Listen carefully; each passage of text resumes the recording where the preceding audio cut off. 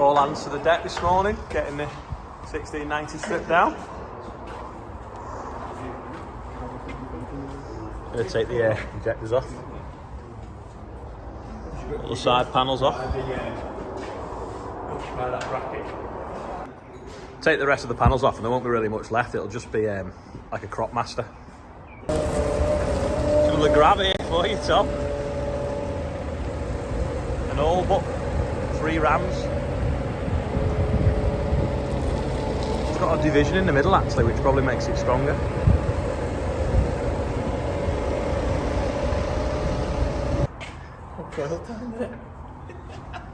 Oh yeah, it's like a mirror, all that oil. It's not nothing left of it now, is there? Told you it'd be ready for that steam rally in a few weeks. The wind's just about dropped enough, so I'm going to go and do a tank of spray, and Rob's going to move some steel for James with the Merlot.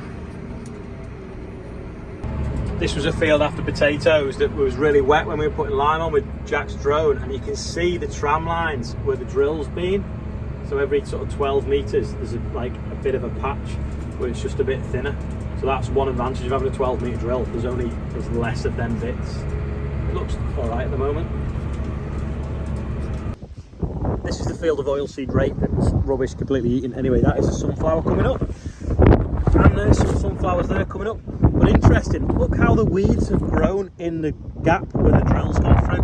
Because the soil's been disturbed, the weeds have actually started to grow again. It shows you move soil, it encourages weeds to grow.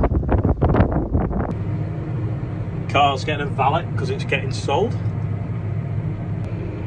2020 petrol hybrid. I think it's done 15 to 16,000 miles. If anyone's interested, I think it's about 63. I've been offered on it. Just been spraying the wheat there in the hollow. Good job, because it's got quite windy again now. Anyway, while I'm here, I've been stood on the top of the sprayer. I've just put this camera up that works off solar panels and a SIM card. So the solar panel keeps it charged up, and then the SIM card booms it to my phone or wherever. And just keep an eye on this dog field so that we can see who's coming and going, and more importantly, who's not picking up the mess. They're pretty good, them cameras. We put one at the other dog field last year and it works really well. Just the only thing is we're going to put like monthly SIM cards in that goes out the bank, because the ones that you have to top up keep forgetting. So just done that. Oh, the thing is, someone said to me the other day that I should look at the camera, not at the screen. Does that look better now? I'm looking at the camera, but then most of the time I look at the screen. I don't know. So that's looking at the screen. That's looking at the camera, but I don't know whether it'll freak you out if I look at the camera.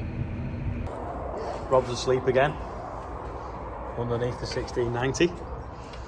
Taking the pistons out. That one's out. That one's out. That one's out. Should be able to turn it by answer. 3 more to go. 3 are already out. Someone's definitely been in it before though, because if you look at the studs, you can see all the mole grip marks where them studs have been wound in and out. And then turbo seems alright. The head gasket though had gone. You could see where it had been blowing between there and there, and I think there and there. And then that doesn't look so clever either.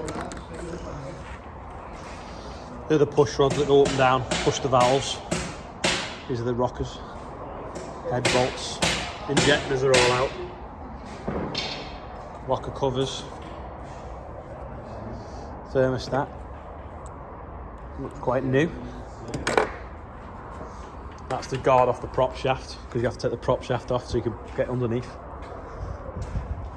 Oil cooler, oil pump. There's all the front end there. Has it got any? It's not scored though, is it? Oh, you can lift it out now.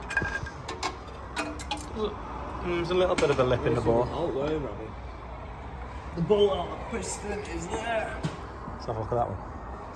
Yeah, it's picked up a bit on it there. Just a bit. I don't know what's wrong with it. Ain't got no gas in it. That's really annoying though. Both sides as well. Oof. Is that the furthest from the water? No, it's not furthest from the water pump, is it? See what the bore's like. What are you doing, Sam? Will you, Samuel? The mower's getting a service because it was cutting out the other day, so we're changing the fuel filter because we think we run it low and it got all the juice out the bottom of the tank and blocked the filter. Rob was like, have you seen the cover off the air filter? We'll try this one down here, eh?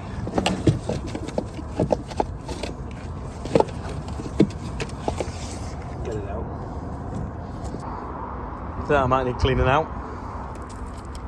Just blowed in my face. That's been wearing on that pulley. It's been wearing on the flywheel. At least we found it. Just about to do the birthday bumper, and I can hear the MB track fired up. Sam is on his way home. Listen to that roar. We realised there was no rev limiter on it, and it was revving like flat out, and it was going too fast, and it was revving too hard. So we put a stop now, so it only revved to sort of 2.3, I think, because it was revving to like 2.8. So we didn't want the engine throwing a piston. But Sam's a bit miffed because it used to do like 30 odd mile an hour, and now it does about 22. This is today's birthday bumper. So Stanley Wigginton, I think, Mike Curry, Drew Thompson and Nick Timson. So £2,528 it's raised so far, which is amazing. Don't forget, if you want to add someone on it, scan that off the screen or screenshot it, get out your camera roll, log on and put the person's name in the comments on Just Giving, and we can get you on the birthday bumper. So the 1690 is now stripped down. It's picked up on one of the bores in here. You can't really see, but you can just see right through the engine obviously at the moment. And then we've got the pistons here, so you can see it scratched there, you see. So if it was full of oil and not too hot, it would have been okay, but because it got warm, everything expanded and jammed up, and that's what's caused this problem here. So we've got to get the head skimmed, which is these bits here. They're in two halves because originally it was two 3-cylinder engines, the David Brown engines, but they put like two blocks together and made a 6-cylinder, and then but the heads were still separate. So we'll get them skimmed, get a whole kit for it, which is like pistons and rings and liners, which are these bits inside here that are scored. So we've got to like pull them out. It's like a liner, see a little line there. That'll come out like a big tube. And then put it all back together, new gaskets on the rocker covers. The turbo seems okay, but maybe we might get it checked while it's off. That's the sump. The sump's quite narrow, so to get the pistons out, it's a bit awkward, Rob was saying, because of the angles. So him and Sam have been underneath today doing that, so well done to them. Yeah, it's coming apart. There's probably take the cab off next week if we're waiting for engine parts and have a look, because it's jumping out of first gear. We're not sure if there's something wrong with the selector, so if anyone knows why that is, but if you put it in first gear and you set off, it knocks itself out. So we'll try and have a look at that while the cab's off, in case we need to split it to do that. But it's in the workshop, and there's been progress made, which is pretty good. There's a steam rally at the end of June. There's a picture of it here.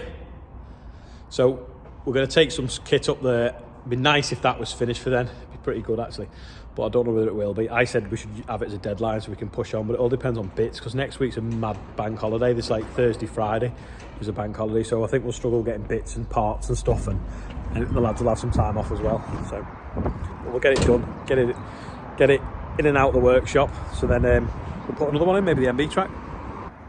Andrew's got this out the field and got some air pipes, put them on, and the sheath are chewed there, so we've fastened it up with a joint and got the wheels going round. So now we're just gotta clean it out. We're going to fill it with all the bits of seed that we don't really have a home for, and any bits of sunflower seed bags as well. Stick them all in there and get it all out of the way, and then we can get all the grain stores cleaned out, because before long harvest will be upon us.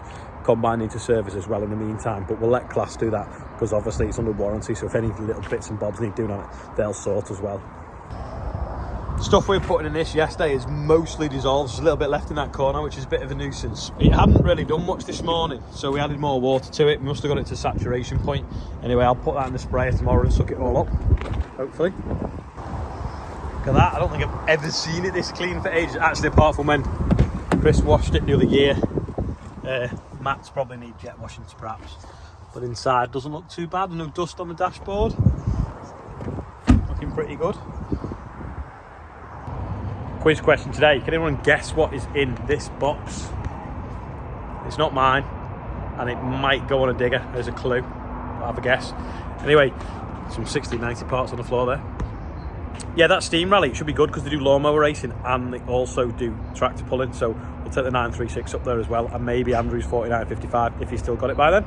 But we'll see. Anyway, thanks for watching today. We will see you tomorrow. Hopefully it's still and I can get all the wheat sprayed because I've not been able to do much at all this week spraying wise.